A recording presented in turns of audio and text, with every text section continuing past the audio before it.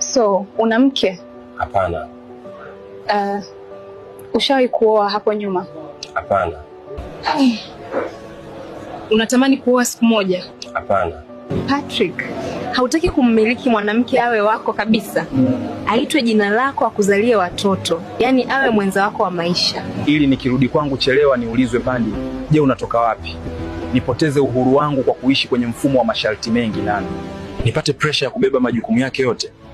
Usiku mzima nisikilize malalamiko yake kila siku?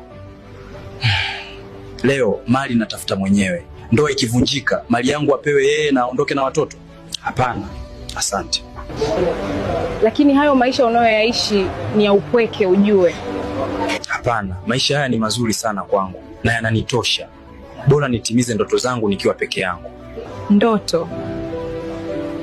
Kwa hiyo ukioa huwezi timiza hizo ndoto zako? Ni ngumu sana. Ndoto kubwa zinahitaji ubinafsi fulani, kujitenga, kutokuwa available kila wakati, saa nyingi za kazi, safari huku na kule. Mke hawezi kubali lifestyle hiyo. Migogoro ya ndoa huua akili ya mwanaume ya ubunifu. Ndoto zinahitaji akili tulivu. Bidii ya mwanaume inahitaji focus moja. Akioa, focus inagawanyika katika mke, familia, majukumu, pia ndoto, na hapo ndoto huwa ya kwanza kupotea. Lakini wapo wanaotimiza ndoto zao baada ya kuoa. Ni wachache sana. Wanaume wengi husahau ndoto zao baada ya kuoa. Ndoto inageuka kuwa majukumu, maisha yanakuwa ya survival. Alitaka kuwa something, lakini anaishia kuwa nothing. Ndoa inaleta presence ya mtu mwingine ambayo inaweza kuvuruga system ya kupambania ndoto. Hii ipo hata kwa wanawake. Kwa maisha ya sasa, ndoa ina faida kubwa kwa mwanamke, sababu mmeigeuza kuwa retirement plan kwenu. Maana yake nini hiyo? Wanawake wengi mmetumika vya kutosha.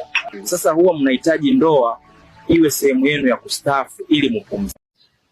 Toa maoni yako kwenye comment section, share, like ujumbe huu kwa marafiki zako.